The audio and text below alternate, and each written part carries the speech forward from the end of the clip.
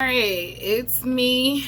It's unapologetically T, and I'm really unapologetically, me right now. Like, I do not have any, like no light makeup, which I rarely do anyway, but sometimes I do it.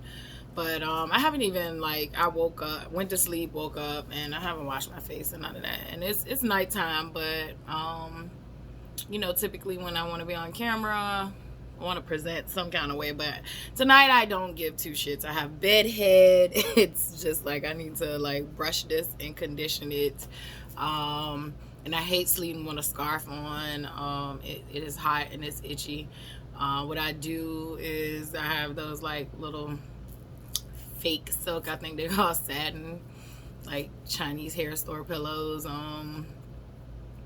But yeah, so like you're getting the raw rough foam. I did moisturize my lips though. Y'all won't gonna have me out here like slipping. In some videos I might be slipping, I don't care. But I did think about that. I was like, let me at least like, make these lips not dry. Like so I did do that for y'all, but I did nothing else. And another transparency thing is when I first cut my hair, I definitely cut it with scissors. And I cut it with scissors, and a guy named Chase, which if you follow me on Instagram, I have linked his Instagram to my post.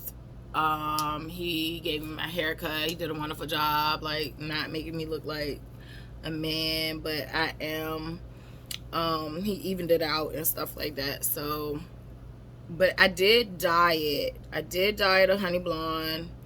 Yeah, I got a lot of little stuff I need to do here, but I did dye it honey blonde, and I did not like it, and I was not going to go through that phase of trying to like it. I just did not like it for me, and that's that.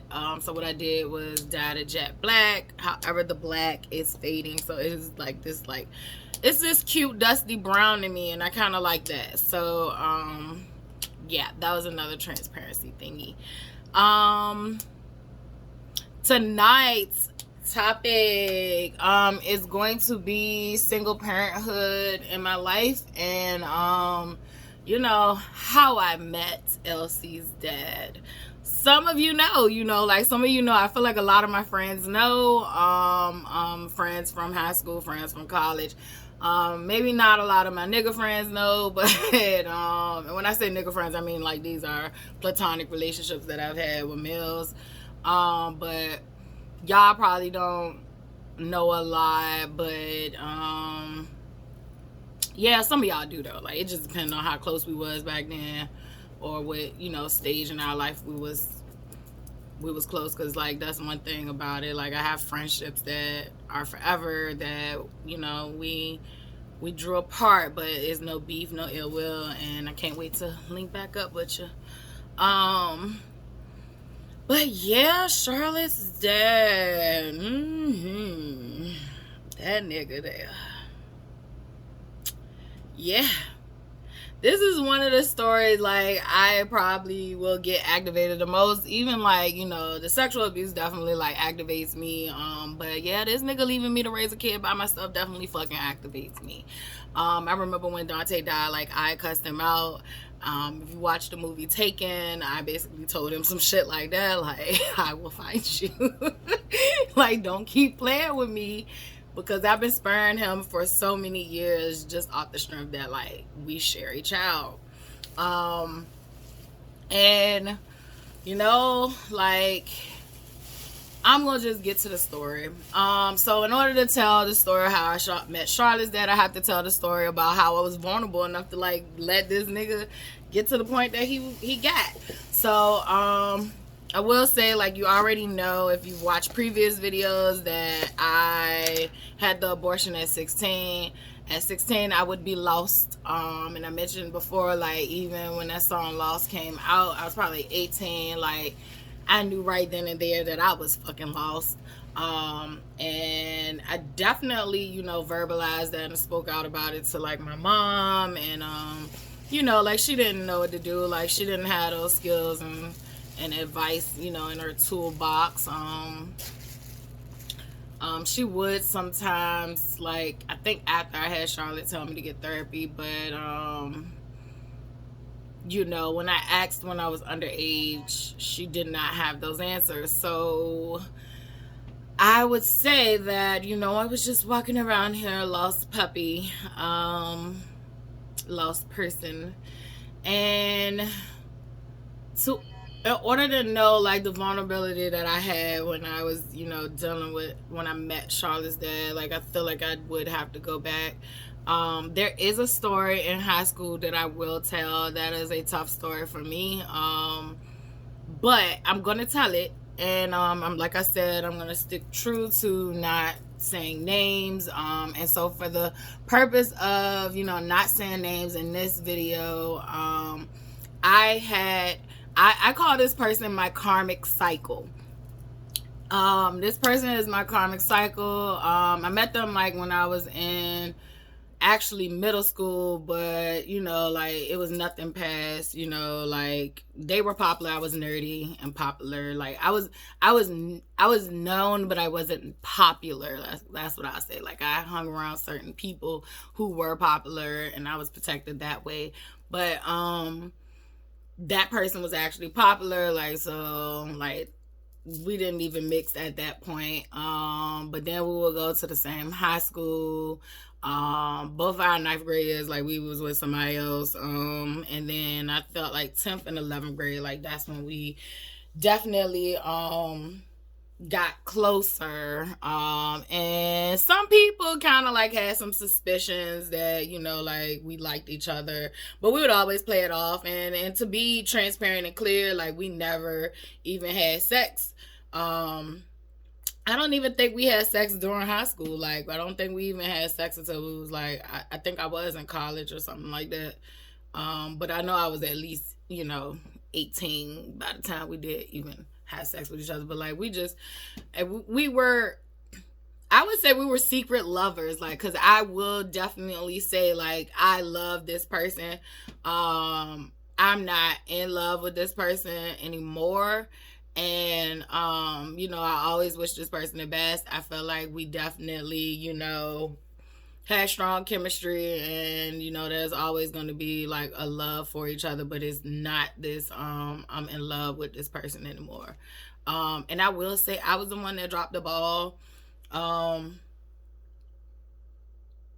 I was the one that dropped the ball like the last go round. So and I wanna say that I dropped the ball, and I wanna just leave that ball like drop. Like I don't think neither one of us need to pick the ball up or anything like that. We need to go on about our business and have a happy life separately. But yeah, so that's a story in itself, but I felt like I have to mention that I had this high school person that there was no titles, there was no commitment ever, and there was no sex at that moment.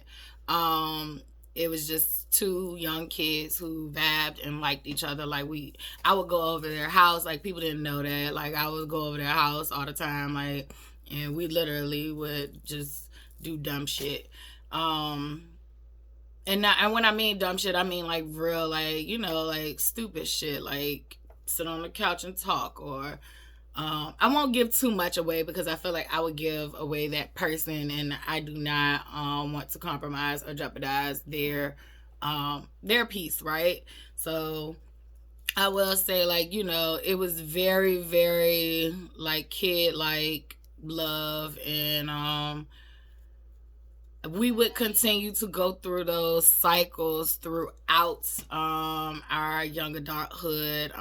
It would not be until I met Dante that, like, I would literally disconnect myself from that connection. However, I still always had love for that person, but I never let that connection bleed into the connection that I had with Dante.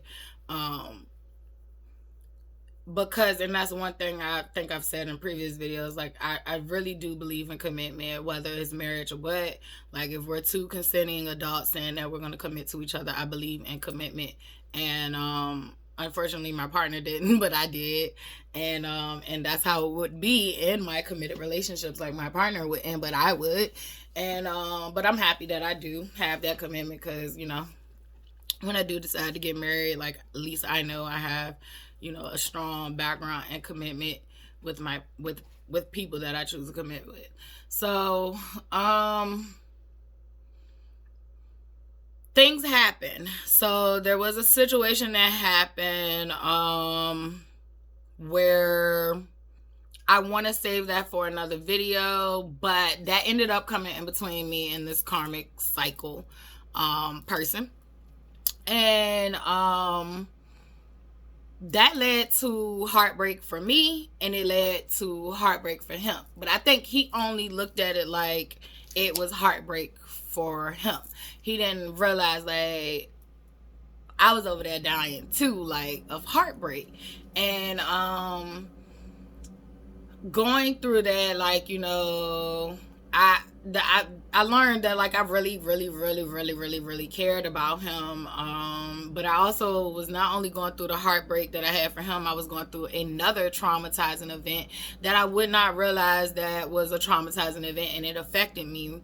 And I don't think he realized, or I told a cousin about it, but I don't think they realized how, it did affect me. Like, the shit did affect me. And he just seen it from his side. That's how I feel. That's my opinion. But we would, go our separate ways for that. He would get him, a girlfriend, and, and that's how things went. And I felt like one night I was out, and I didn't once I got to college, like, because I worked a full-time job, I did not and I had school, even though I wasn't doing good in school. Like, some classes I did actually, do okay. Like, I didn't fail everything, right? So, but I did, I worked the graveyard shift. So, like, most of my friends, they worked regular shifts, where I worked the graveyard shift. So I missed out on a lot of clubbing and partying sometimes. But I did party a lot, and I love that I did. I had fun. I'm not gonna even hold you. Like, I really had lots of fun, but I did miss out on a lot of things and events and stuff. So, because I worked the graveyard shift, and I remember one night I was able to go out. I was off, and I went out to the club, and I ran into a guy. So, to put it in context, my best friend, she was dating a dude from a certain part of town, and just so happened that, like, when you hang in certain circles, like, it's different people around. And so I did see the karmic ex that night, and I saw the new guy that was connected and affiliated with my best friend's boyfriend. And I don't know, me and the karmic ex, we made eye contact, but we both went our separate ways that night. And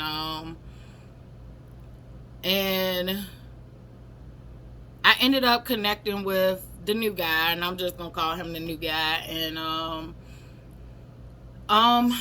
yeah, that one, that was supposed to be like a, friends with benefits type of ordeal. Like, like, I didn't have expectations of him. He didn't have expectations of me.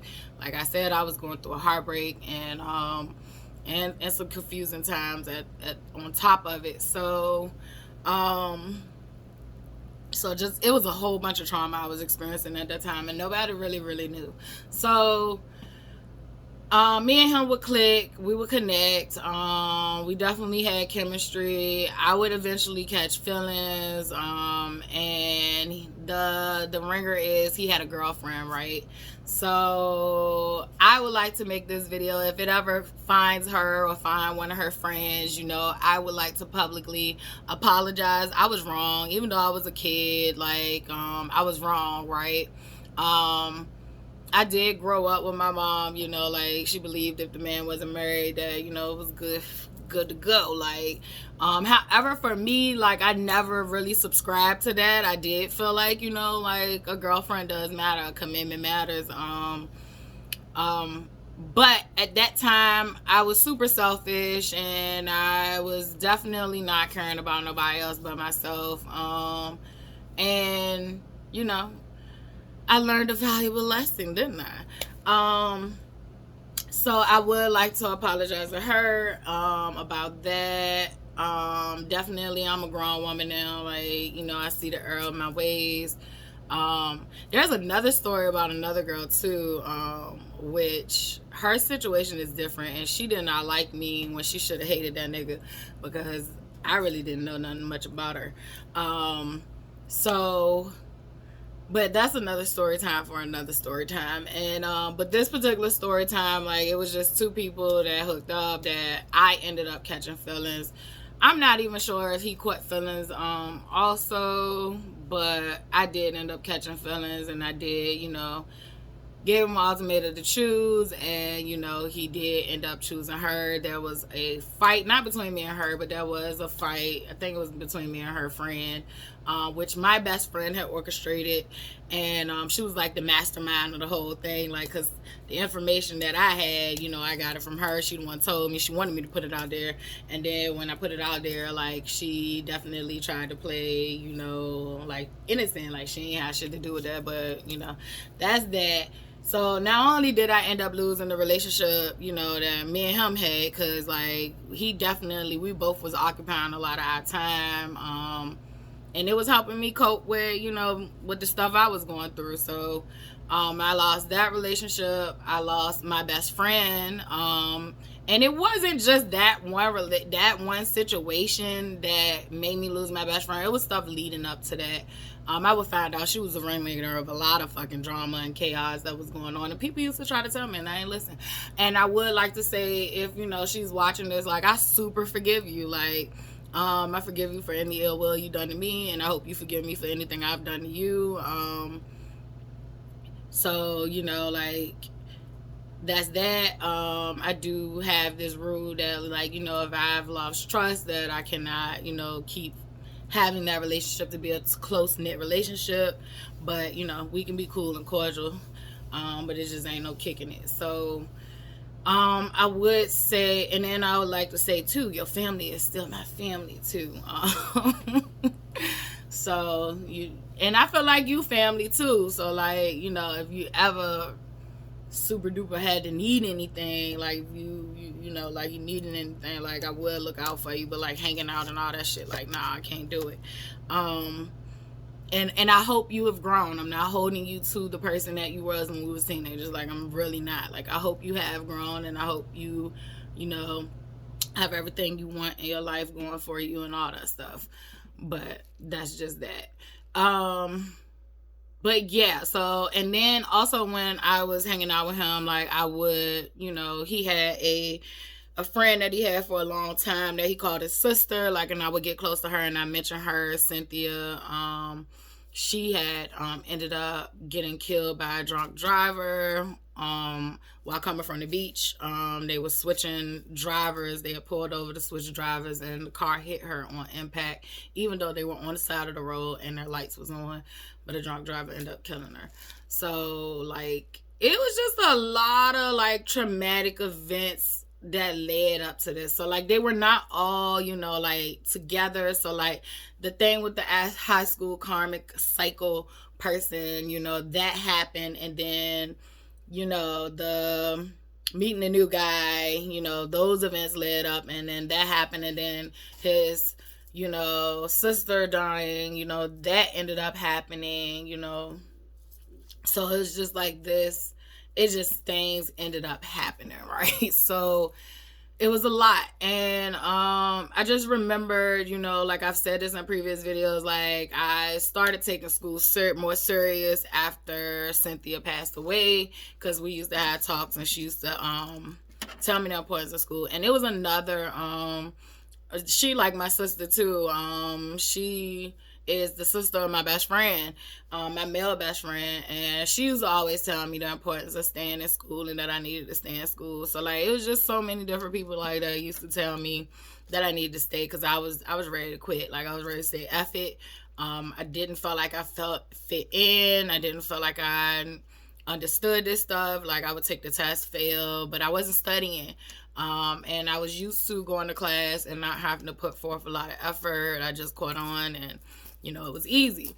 But once I got to college, it was like a whole another ball game that I did not understand. Like, so by that time, I started trying to take it serious. My best friend, I call her my best. Well, she started it. She was like, "You're my best friend, soulmate," and that's what we call each other. So like, she started showing me how to study, and when she started showing me how to study, like she messed the game up for like for whoever wanted me not to succeed in college or me not wanting me to succeed in college. Like she turned that whole thing around, because when she taught me how to study, like baby, you couldn't tell me nothing. Like I had the keys to college, like, and that's why 1 degree turned into 3 degrees, like, because I knew what I was doing then. And I also started teaching myself the rules and all that stuff for college. Like I had to teach myself the financial aid rules because the financial aid advisors wasn't teaching me the rules and the laws and all that stuff and how that worked. I would find out that, like, I don't know if it still exists, but this is the game I had. If you took the max amount of credits, it charged you, the same tuition rate as if you took 12 credits, like a regular full-time thing. So I was like, well, if I take the max amount and I could take the max amount and still, like I'm getting all those credits for the same price of if I took 12 credits, like why not take the max amount of credits? I can graduate quicker. Plus, I'm getting my money's worth, right? So like a lot of things once I started to get to know college, like I started to like figure that out. Like, advising, I was self-advised. Like I did not have good advising, unfortunately, but I learned to advise myself. So like a lot of things that I didn't know starting out that made me feel like I was not supposed to be there. And just to be transparent, I consider myself first gen. My mom would not go to college until literally when I went to college. Like I was in college. My mom probably started going to college when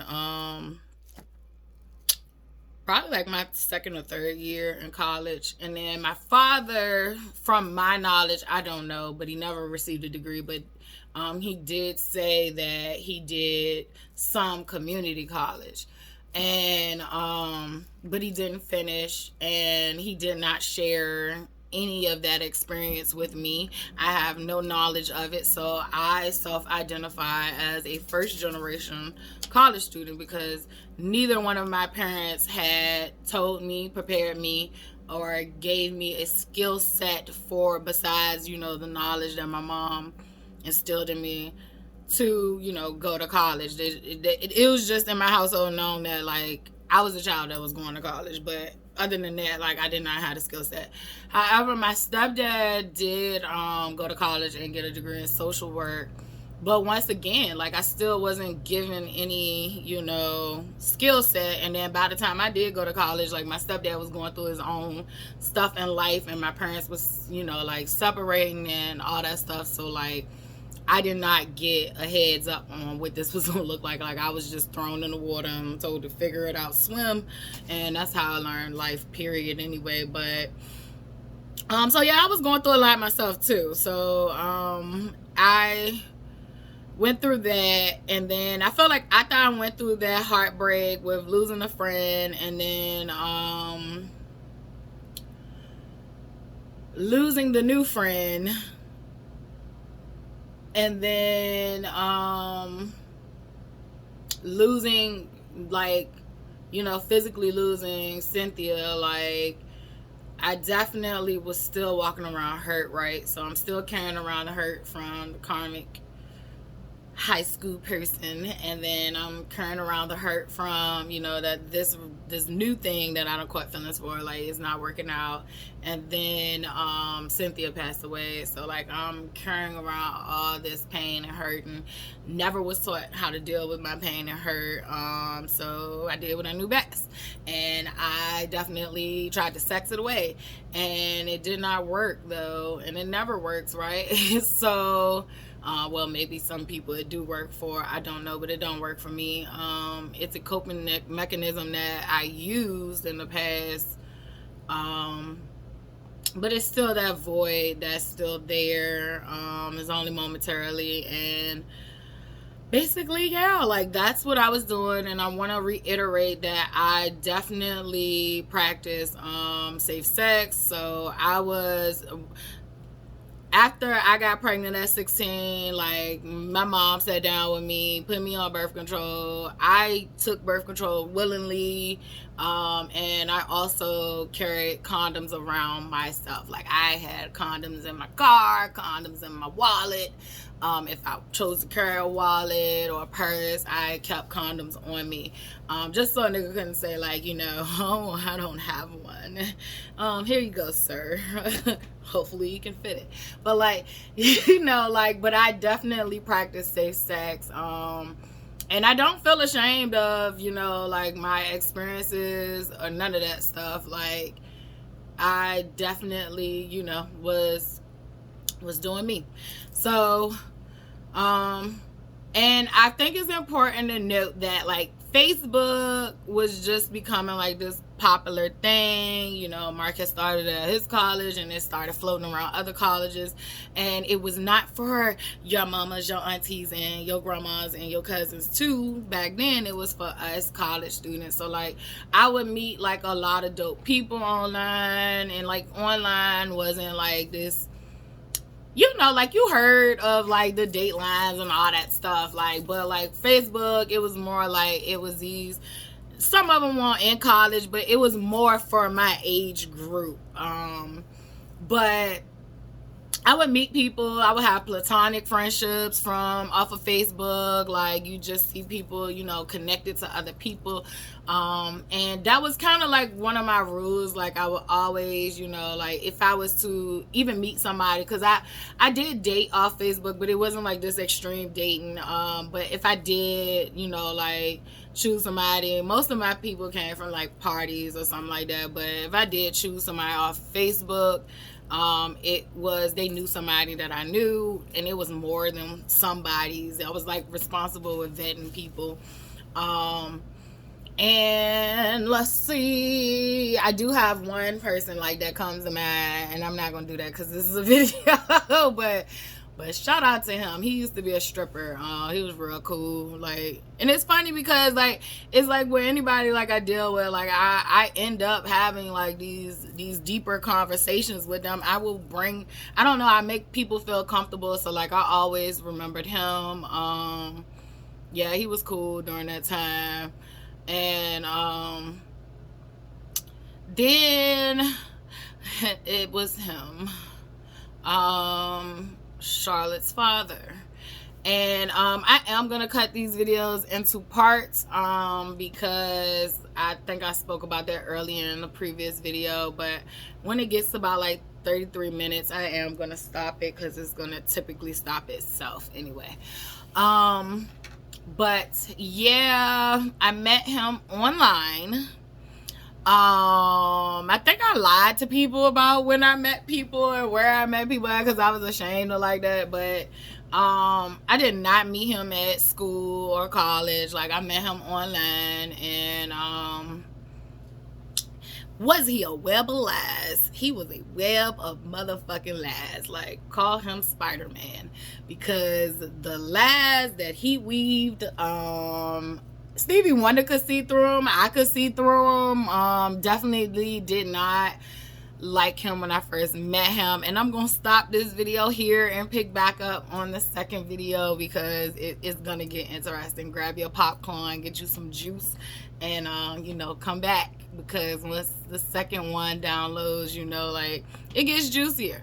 And I'm gonna tell it, like it is, and be transparent. Like, there's plenty of times where I was wrong in this relationship, and I'm gonna tell you, I fight wrong with wrong. So that was in the past, though. Like, now I will walk away from your ass and leave you sitting there looking stupid. But back then, I fought wrong with wrong. So I'll see you in a second.